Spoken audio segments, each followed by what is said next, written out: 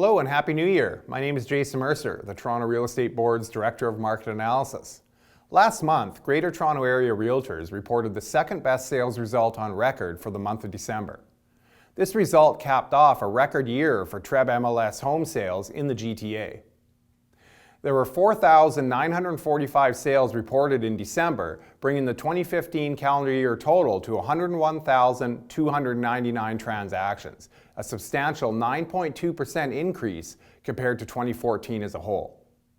Strong annual sales increases were experienced for all major home types last year.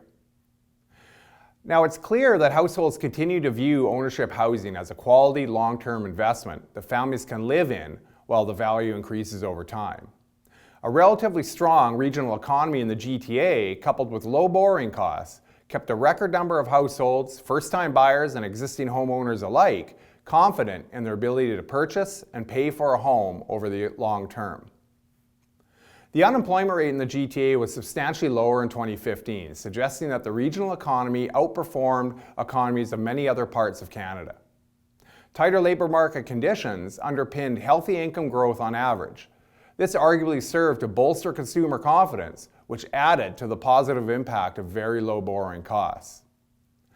With this in mind, many home buyers in 2015 took advantage of negotiated mortgage rates well below 3%. Now, while we experienced record sales in 2015, the supply of homes available for sale in many neighborhoods remains sparse. This means that many households who otherwise would have purchased a home were unable to do so simply because they couldn't find a home that met their needs. If the market had benefited from more listings, the 2015 sales total would have been even greater. As it stands, we begin 2016 with a substantial amount of pent-up demand, pointing towards strong sales results to begin this year. Now, record sales on top of a constrained supply of listings also led to robust annual rates of price growth in 2015. Strong competition between buyers resulted, in many cases, in aggressive offers, particularly for low-rise home types like singles, semis, and townhomes.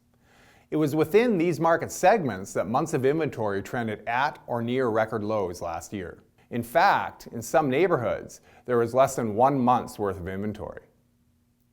The average selling price for 2015 as a whole was $622,217, and this was up 9.8% compared to $566,624 in 2014.